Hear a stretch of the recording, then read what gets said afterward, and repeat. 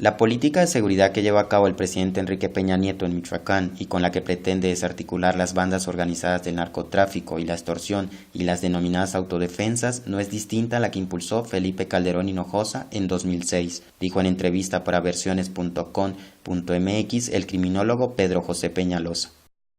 Si hiciéramos un paralelismo de aquel diciembre de 2006, cuando Calderón, en su primera acción en Michoacán, y si lo repetimos ahora, si yo repito el discurso que dio en esa época el secretario de Gobernación con el que dio hoy, es igual. Retomaremos los espacios, le daremos paz. Y es que puntualizó que ambas estrategias tienen el mismo error, y es que están enfocadas en el modelo policiaco. Creer que solo el tema policiaco resuelve el problema de la seguridad. El tema de la seguridad es multifocal. No se puede resolver más la seguridad solo con punición. En conversación con el periodista y director general de Versiones, José Ortiz Medina, agregó que la salida al conflicto en Michoacán es modificando la ecuación, es decir, la estrategia actual y repetitiva del sexenio anterior. La salida es modificar la ecuación.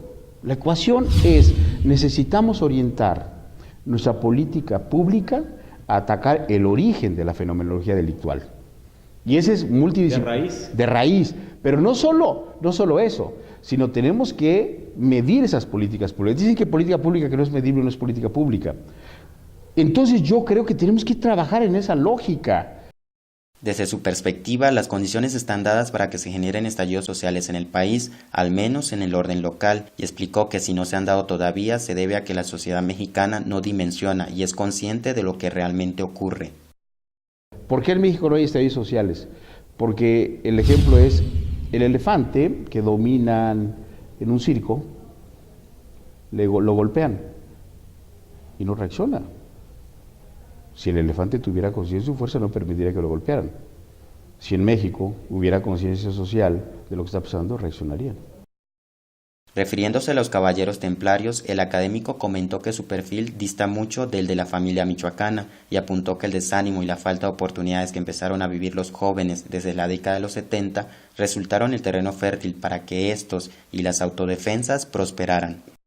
El origen de la delincuencia organizada o las expresiones de delincuencia organizada en Michoacán tuvo su cenit con la familia, ¿verdad? Y después la familia se fracturó, pero los caballeros templarios tienen un perfil, como bien dices tú, correcto, de que correctamente no son el viejo perfil de la delincuencia organizada proveniente del norte, ¿no? De las vertientes del cártel del Golfo, del cártel del Chapo, no.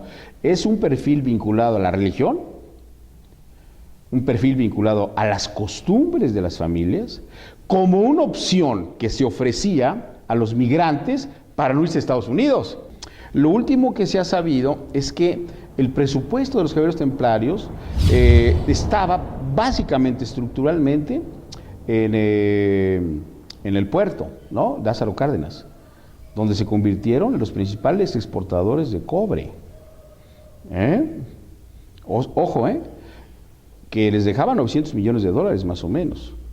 O sea, no era solamente la extorsión y esas vulgaridades que hacían, pero no era eso. Cuestionó una vez más que en Michoacán se está atacando el problema de ingobernabilidad en sus formas y no desde el fondo. Se está atacando en las formas. La pregunta que uno tiene que hacerse, obligatoriamente, es ¿cuánto tiempo puede aguantar el ejército de las fuerzas federales en Michoacán? ¿Cuánto tiempo? No van a aguantar mucho. Entonces van, combaten los síntomas y se regresan. ¿A dónde se regresan? Pues hay otros fuegos en Tamaulipas, y hay otros fuegos en Guerrero, y hay otros fuegos en Sinaloa, y no digamos Morelos. El criminólogo reiteró que esto demuestra que el gobierno federal solo está haciendo apagafuegos de las crisis estructurales, por lo que insistió que es importante que enfoque su mirada no solo en Michoacán, sino que actúe desde ya en las entidades federativas donde se vislumbran más conflictos. Con información de José Ortiz Medina, imágenes de Víctor Báez y Ezequiel Ortiz, reportó Apolinar Velasco.